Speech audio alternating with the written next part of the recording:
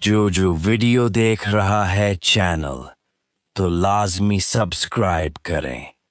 ये नावल आगे से बहुत रोमांचक होने वाला है, इसलिए सब सब्सक्राइब करें। कैंटीन के पिछले हिस्से में बना वो पुराना स्टोर रूम बरसों से नाकारा सामान का ढेर बना हुआ था, जहां धूल की एक मोटी और सियाह तह ने हर चीज को अपनी लपेट में ले रखा था और पुराने टूटे हुए फर्नीचर के सिवा वहां कुछ भी नहीं था। दोपहर की तेज और झलसाती हुई धूप अब धीरे धीरे ढलने लगी थी, लेकिन इस हब्सज़दा बंद कमरे में तपिश और घटन का ऐसा राज था कि सांस लेना भी एक भारी बोझ महसूस हो रहा था। जहां मकड़ी के बड़े बड़े जाले खिड़की के टूटे हुए शीशों से आने वाली मुदहम सी रोशनी को भी अंदर आने से रोक रहे थे। शेरों ने भारी और दमकज़दा लकड़ी के दरवाजे को आहिस्ता से अंदर की तरफ धकेला तो चोलों के चिड़चिड़ाने और चूं चूं करने की एक धीमी मगर गहरी आवाज गूंजी, जो इस वीरान और सुनसान गोशे में हद से ज्यादा वाज़े और कानों को चोभने वाली थी। वो खामोशी से अंदर दाखिल हुआ और अपनी गहरी, पुरसुकून और अकाब जैसी तेज नजरों से पूरे माहौल का एक एक कोना करके जायजा लेने लगा। उसका मजबूत जिस्म हर तरह से चौंकना था और जहन किसी भी नागहानी सूरत हाल या अचानक होने वाले हमले के लिए पूरी तरह तैयार था, क्योंकि वो जानता था कि इस शहर में उसका कोई भी कदम उसे मौत के मुंह में ले जा सकता था। कुछ ही लम्हों के तवील इंतजार के बाद सरफराज दाएं बाएं इंतहाई खौफजदा नजरों से देखता हुआ, पसीने में पूरी तरह शराबूर, तकरीबन भागता हुआ अंदर आया और उसने फौरन ही लकड़ी का वो भारी दरवाजा पीछे से बंद कर दिया और कंडी चढ़ा दी, जैसे बाहर खड़ी कोई वहशी मौत उसका पीछा कर रही हो और वो इस अंधेरे कमरे में पनाह ढूंढ रहा हो। सरफराज की सांसें बुरी तरह अखड़ी हुई थीं। उसका सीना तेजी से ऊपर नीचे हो रहा था और उसकी फैली हुई पतलियों में झांकता हुआ सच्ची मौत का खौफ इस बात का वाज़े गवाह था कि वो एक ऐसी दहकती हुई आग से खेल रहा है जो उसे और उसके पूरे खानदान को किसी भी वक्त खाकिस्तर करके रख सकती है। शीरो वहीं एक पुरानी और हिचकूले खाती हुई लकड़ी की मेज का सहारा लेकर खड़ा रहा। उसके चेहरे पर कोई खौफ, झिझक या जल्दबाजी का दूर दूर तक कोई निशान नहीं था। बस एक सर्द, गहरा और जानलीवा सुकून था जो सरफराज की इस आसाब शिकन घबराहट के बिल्कुल बरअक्स था, और यही सुकून सरफराज को मजीद खौफजदा कर रहा था, क्योंकि वो शीरो के दिमाग में चलने वाले तूफान को पढ़ने में बिल्कुल नाकाम था। सरफराज ने अपनी कांपती हुई और पसीने से तर आस्तीन से माथे पर चमकते हुए पसीने के कतरों को पूंछा और धूल से अटी हुई दीवार से टेक लगाकर खड़ा हो गया, क्योंकि उसके घटने उसका बोझ उठाने से अब साफ इनकार कर रहे थे और वो जमीन पर गिरने ही वाला था कि उसने खुद को संभाला। उसने अपनी लर्जती हुई नजरें उठाकर शीरो की तरफ देखा, जो अपनी जगह साकत खड़ा खामोशी से उसे सच उगलने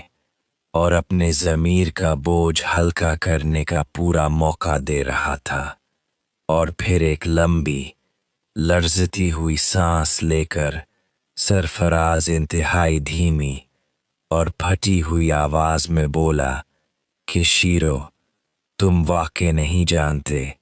कि तुमने कितनी बड़ी और खूनी दलदल में अपना पैर रख दिया है। ये राजा जिससे तुम कल लड़े हो, वो तो सिर्फ एक कठपुतली है, एक मामूली सा मेहरा है जो सामने नाचता है और लोगों को डराता है। उसके पीछे जो असल भयानक हाथ है वो बाचा खान का है, जो इस पूरे कॉलेज, उसके इंतज़ामी ढांचे और उस शहर के कई नामुर और बड़े इदारों को अपनी मिट्टी में रखता है। और कोई उसके खिलाफ उंगली उठाने की जुर्रत भी नहीं कर सकता। सरफराज ने दीवार का सहारा लेते हुए मजीद बताया कि बाचा खान का ये कॉलेज सिर्फ एक दिखावा है, एक खूबसूरत और पढ़ाई का पर्दा है जिसके पीछे मासूम लड़कियों की ब्लैकमेलिंग, उनके अगवा, उनकी मजबूरियों का सौदा और असमिगलंग का एक ऐसा खौफनाक और मुनज़्ज़म कारोबार चलता है जिसकी जड़ें इस मुल्क के बहुत ऊपर तक और बासिर हलकों तक जाती हैं,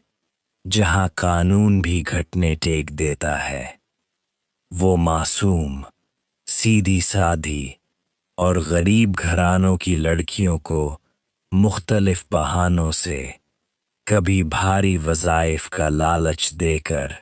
कभी फीस माफ़ी का झांसा देकर और कभी उनकी ख़ानदानी मजबूरियां बनाकर अपने इस कॉलेज के जाल में फंसाते हैं। और फिर आहिस्ता आहिस्ता उनकी ऐसी खुफिया वीडियोस, तस्वीर और जाली दस्तावेज़ात तैयार कर लेते हैं कि वो लड़कियां कहीं मुंह दिखाने के काबिल नहीं रहती और हमेशा के लिए उनकी गुलाम बन जाती हैं। सरफराज की आवाज़ यहाँ पहुंचकर बुरी तरह कांपने लगी। उसका गला खुश्क हो गया और उसने रोते हुए एतराफ़ किया कि वो खुद पिछले 2 साल से उस घिनौने और काले गुनाह का एक सरगर्म हिस्सा रहा है। वो बाचा खान के इशारे पर उस कॉलेज में आने वाली ऐसी ही गरीब और मजबूर लड़कियों की मुखबरी करता था, उनके ख़ानदान के हालात मालूम करता था, उनकी कमज़ोरियां ढूंढता था और वो सारी मालूमात राजा तक पहुंचाता था ताकि राजा और उसके गंडे उन लड़कियों का घेराव कर सकें और उन्हें ब्लैकमेल करके बाचा खान के अड्डों तक पहुंचा सकें। लेकिन जब उसने कल शीरो को इस नई लड़की के लिए अपनी जान पर खेलते देखा और जिस तरह शीरो ने राजा के खूनख्वार बंदों को अकेले ही मार मार कर नाक चुने चबवाते हुए अस्पताल पहुंचाया, उसके बाद से सरफराज के अंदर का वो ज़मीर जो बरसों पहले मर चुका था, वो अचानक तड़प उठा है और अब उसे जीने नहीं दे रहा। शेरों ने सरफराज की जुबान से निकलने वाले एक एक लफ्ज़, एक एक एतराफ़ को इंतहाई गौर और गहराई से सुना। उसके चेहरे की सख्त और महीब लकीरें मजीद गहरी और लचकदार हो गईं, क्योंकि उसका अपना माजी भी झूठे इल्ज़ामात, सहर के मुकर फरेब और अपने ही सोतीले चचा सिकंदर खान की गोली का शिकार हो चुका था। इसलिए वो मजलूमियत के इस गहरे दर्द और अपनों की बेरुखी के कर्ब को दुनिया में किसी भी दूसरे इंसान से बहुत अच्छे से समझ सकता था, मगर वो ये भी जानता था कि इस खतरनाक खेल में सरफराज जैसे इंसान पर उस वक्त तक पूरी तरह भरोसा नहीं किया जा सकता जब तक वो पूरा सच और तमाम सबूत सामने ना रख दे, क्योंकि ये बादशाह खान की तरफ से उसे फंसाने की कोई नई चाल भी हो सकती थी। शेरू ने मेज से टेक हटाई। उसका भारी कदम धूल उड़ाता हुआ एक अंच आगे बढ़ा और उसकी सर्द, रोबदार और पहाड़ जैसी गर्जदार आवाज उस पुराने स्टोर रूम की सदियों पुरानी खामोशी को चीरती हुई गूंजी कि अगर तुम इतने ही गुनाहगार हो और तुम्हारे हाथ इतने ही मासूमों के खून से रंगे हैं, तो आज अचानक मुझसे ये सब कहने की हिम्मत कैसे हुई? मैं कैसे मान लूं कि ये तुम्हारा सच्चा पछतावा है? क्या ये बादशाह खान और राजा का कोई नया और जहरीला जाल नहीं है जो तुमने मुझे उस अंधेरे कमरे में बुलाकर मेरे गिर्द बिछाने की कोशिश की है? सरफराज ये सुनते ही खौफ से तड़प उठा और उसने अपने दोनों कांपते हुए हाथ शीरो के सामने जोड़ दिए। उसकी आंखों से पुछतावे और सच्चे खौफ के आंसू बिखरे हुए दरिया की तरह बहने लगे और उसने जमीन पर बैठने के अंदाज में गुड़गुड़ाते हुए कसम खाकर कहा कि शीरो, मेरे अपने घर में 2 जवान और मासूम बहनें हैं। जब भी मैं इस कॉलेज की किसी मासूम लड़की को रोते, ससकते और बादशाह खान के दरिंदों के सामने अपनी इज्जत की भीख मांगते हुए गिड़गिड़ाते देखता था, तो मुझे रात को अपनी बहनों के चेहरे याद आते थे और मैं सो नहीं पाता था। मैं तो इस दलदल से कब का निकलना चाहता था, लेकिन उनका ये खूनी जाल इतना मजबूत है कि जो एक बार उसके अंदर चला जाए, वो सिर्फ लाश बनकर ही उस दुनिया से बाहर निकल सकता है, वरना उसका पूरा खानदान मिटा दिया जाता है। उसने रोते हुए बताया कि बादशाह खान ने उसके बूढ़े माँ बाप और बहनों को जिंदा जलाने की धमकी दे रखी है, जिसकी वजह से वो अब तक उनका हर गुंदा, नीच और काला काम खामोशी से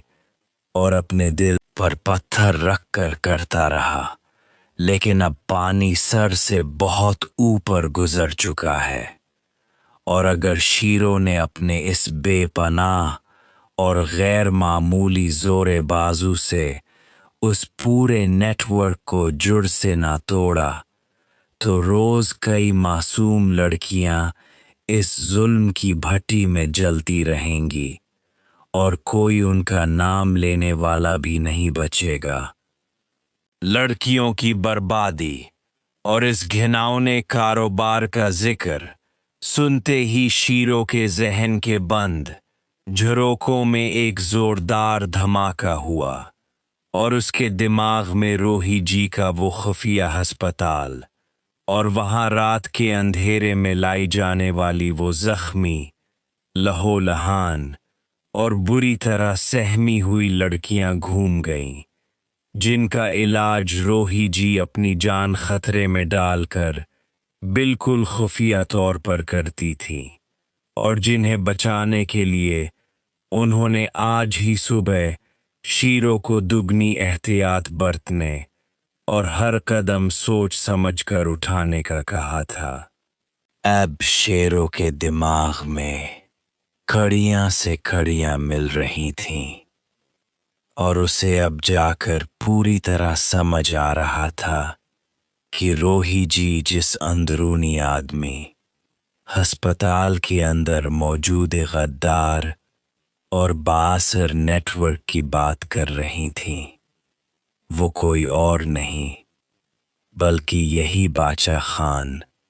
और उसके पल्ले हुए गंडे हैं जो शहर के हर कोने में अपने पंजे गाड़ चुके हैं। सरफराज ने अपनी बात को जारी रखते हुए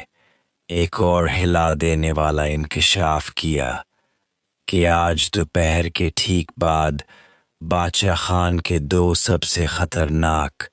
और पेशावर शूटर उसी कॉलेज की हदूद में आ रहे हैं, जिनका असल मकसद सरफराज को दबाव में लाकर शीरो के घर का पता, उसका असल पस मंज़र, उसका माजी और उसके साथ रहने वाले हर एक फर्द की पूरी मालूमात अगलवाना है, ताकि वो शीरो पर बराह रास्त या सामने से हमला करने के बजाय उसकी कमज़ोरियों और उसके प्यारों को निशाना बनाकर उसे घटने टेकने पर मजबूर कर सकें। ये सुनकर शीरो के दिमाग की रगें तन गईं और उसके अंदर एकदम गुस्से का तूफान जाग उठा, क्योंकि उसकी सबसे बड़ी और अकलूती कमज़ोरी उस वक्त रोही जी थी, जिन्होंने उसे उस वक्त पनाह दी और नई जिंदगी दी जब उसके अपने चचा ने उसे गोली मारकर मरने के लिए जंगल में छोड़ दिया था। और वो अपनी जान तो दे सकता था, मगर किसी कीमत पर रोही जी को उस गंदे माफिया के खेल में घुसीटने या उन्हें किसी छोटे से खतरे में भी डालने की इजाजत नहीं दे सकता था। शीरो ने एक ही चीते जैसी लचकदार झपट के साथ आगे बढ़कर सरफराज का कॉलर अपने लूहे जैसे मजबूत हाथ में जकड़ लिया और उसे दीवार के साथ लगाते हुए इंतहाई धीमी, सर्द मगर हद से ज्यादा खौफनाक और जानलेवा आवाज में कहा कि अगर तुम्हारी जुबान से मेरी माँ, मेरे माजी या रूही जी के बारे में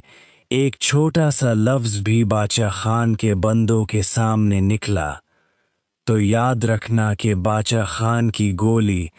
तुम तक बाद में पहुंचेगी।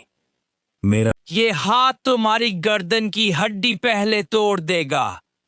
अब अगर तुम्हें अपनी और अपने इस मासूम खानदान की जान प्यारी है तो बिल्कुल वैसा ही करोगे जैसा अब मैं तुम्हें बताने जा रहा हूं। सरफराज ने खौफ और उम्मीद के मिले जले तजब्जुब से शेरों की इन चमकती हुई और कहर बरसाती हुई आंखों में झांका और तेजी से पागलों की तरह अपना सर हाँ में हिलाने लगा कि वो शेरों की हर एक बात, हर एक हुक्म को मानने के लिए दिलो जान से तैयार है। बस उसे और उसके घर वालों को उस दोज़ख की आग और रोज़ रोज़ के इस ज़हनी अज़ाब से हमेशा के लिए निजात दिलाई जाए, क्योंकि वो अब मज़ीद इस गुनाह की ज़िंदगी में घट घट कर नहीं जी सकता और ना ही किसी और मासूम की आह लेना चाहता है। शेरों ने सरफराज के कॉलर से अपना हाथ हटाया तो सरफराज ने गहरी सांस ली, जैसे उसे नई जिंदगी मिली हो। उसका शातिर और जंग आजमूदा ज़हन अब एक ऐसी खतरनाक शतरंज की बसात बिछा रहा था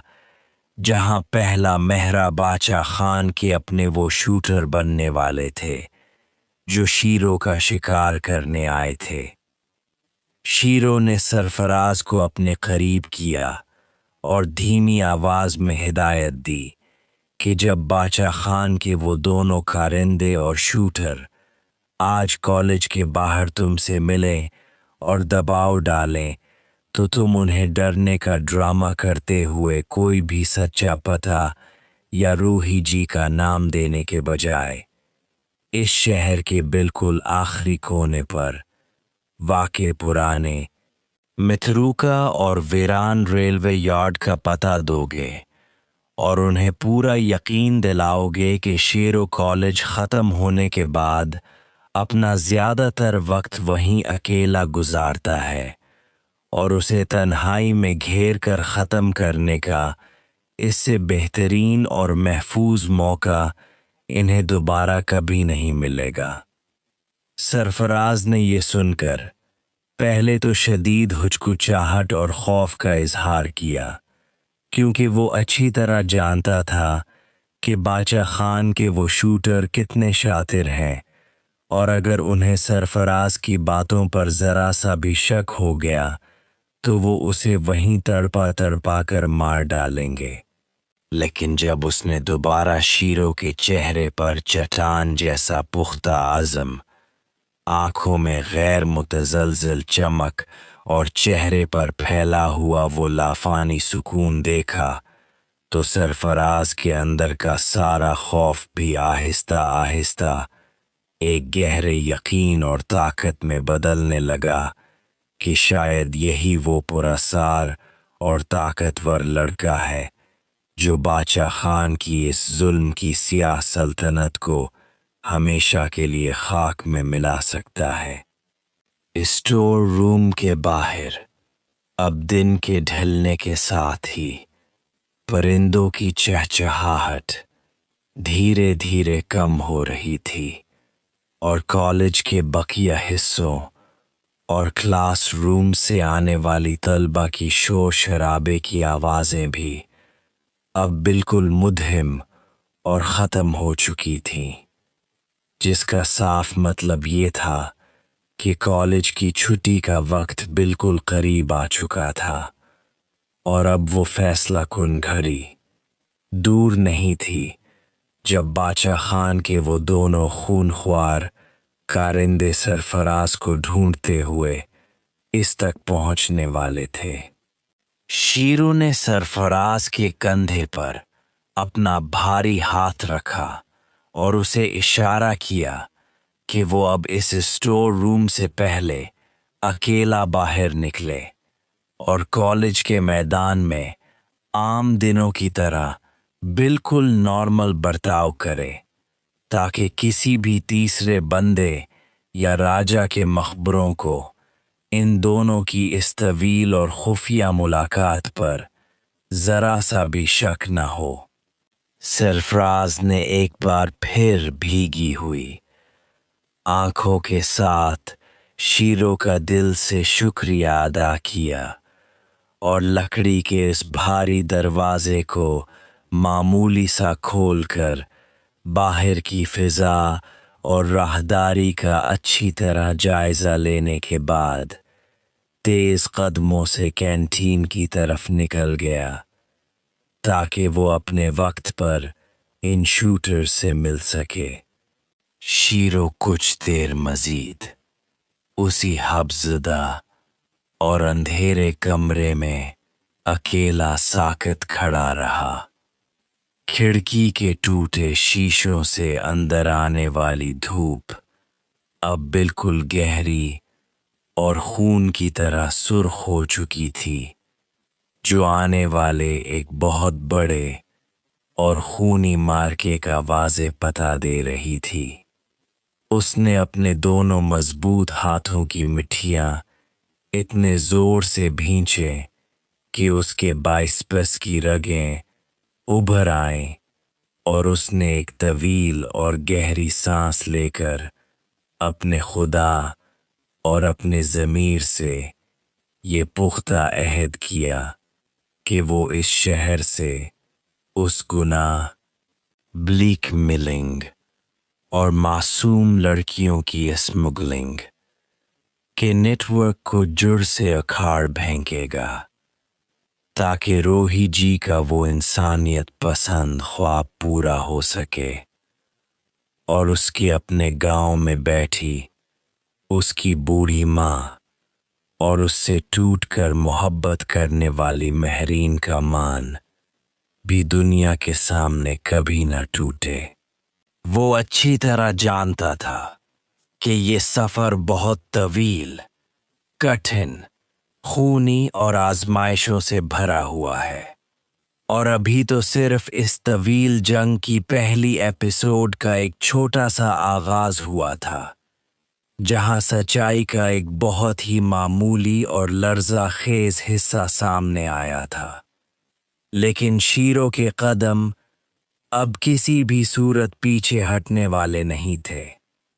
क्योंकि उसके जिस्म में दौड़ता हुआ गैरतमंद खून और उसका चट्टान से ज्यादा मजबूत अज़म किसी भी बड़े से बड़े तूफान और माफिया से अकेले टकराने के लिए काफी था। वो इंतहाई पुरसुकून अंदाज में, चेहरे पर एक फातिहाना मुस्कुराहट सजाए, इस पुराने स्टोर रूम से बाहर निकला। उसका पूरा वजूद अब एक दहकता हुआ लावा बन चुका था, और उसकी आंखें बाचा खान के इस पूरे खूनी नेटवर्क को तहस नहस करने और रेलवे यार्ड में आने वाले शूटर्स को उनकी बसात उलटकर अगला कदम उठाने के लिए पूरी तरह बेताब और तैयार थीं। जैसे ही शीरो कैंटीन के मरकजी हॉल से गुजरकर कॉलेज के बड़े और खुले लान में आया, ठंडी हवा के एक झोंके ने उसके माथे को छुआ, लेकिन उसके अंदर लगी आग सर्द नहीं हो सकी। उसने दूर देखा, जहां सरफराज अब कॉलेज के मेन गेट के पास खड़ा था, और उसके चेहरे का रंग उड़ा हुआ था, क्योंकि गेट के बाहर एक सियाह रंग की शीशों वाली गाड़ी आकर रुकी थी, जिसमें से 2 कसरती जिस्म के मर्द बाहर निकल रहे थे, जिनकी नजरें सरफराज को ही तलाश कर रही थीं। शीरो ने अपने कदमों की रफ्तार को सुस्त किया और एक घने दरख्त की आउट में खड़ा होकर उस मंजर को अपनी आंखों में महफूज करने लगा। वो देख रहा था कि सरफराज उनके करीब जाते हुए किस तरह कांप रहा था, लेकिन उसने शेरों के प्लान के मुताबिक खुद को संभाला और उन कारिंदों को इसी वीरान और पुराने रेलवे यार्ड का पता समझाने लगा,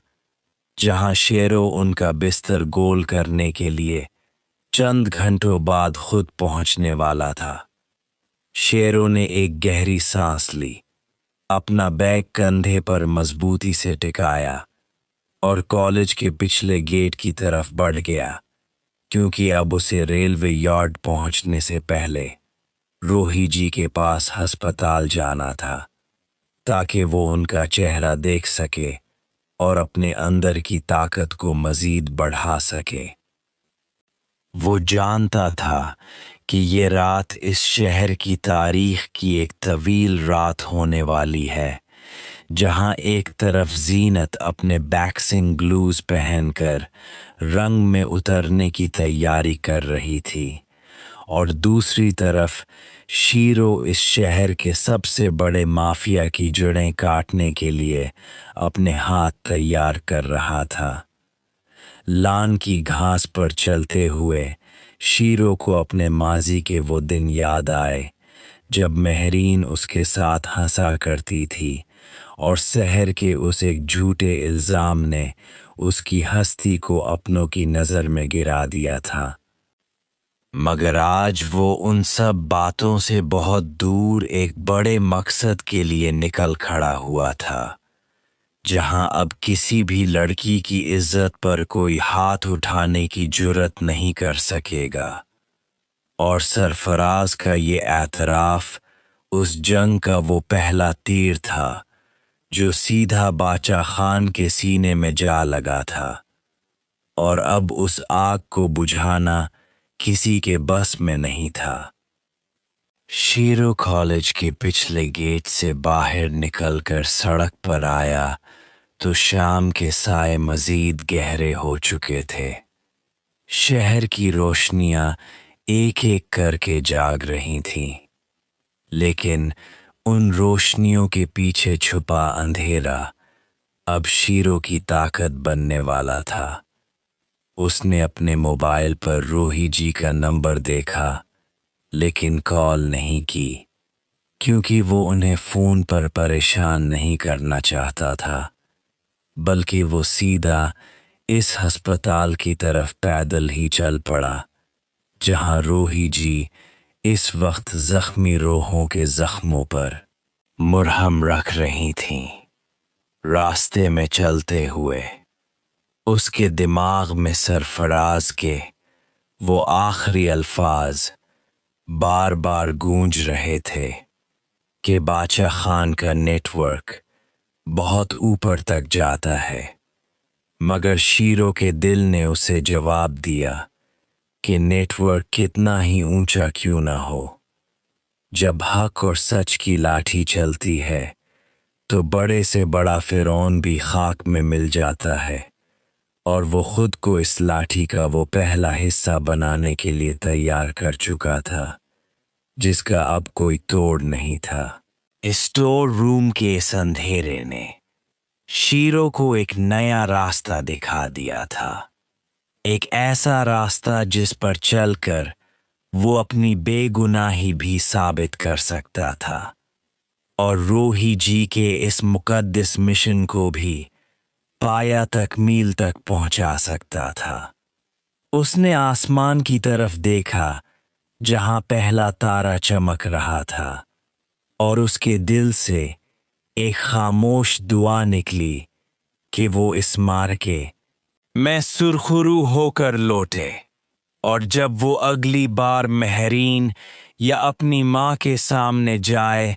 तो उनकी आंखों में उसके लिए कोई शक नहीं, बल्कि सिर्फ और सिर्फ फख्र के आंसू हों। और उसी अज़्म के साथ उसके कदम रेलवे यार्ड के उस अंधेरे और खूनी रास्ते की तरफ बढ़ते चले गए, जहां मौत और जिंदगी का एक नया खेल उसका मुंतज़िर था।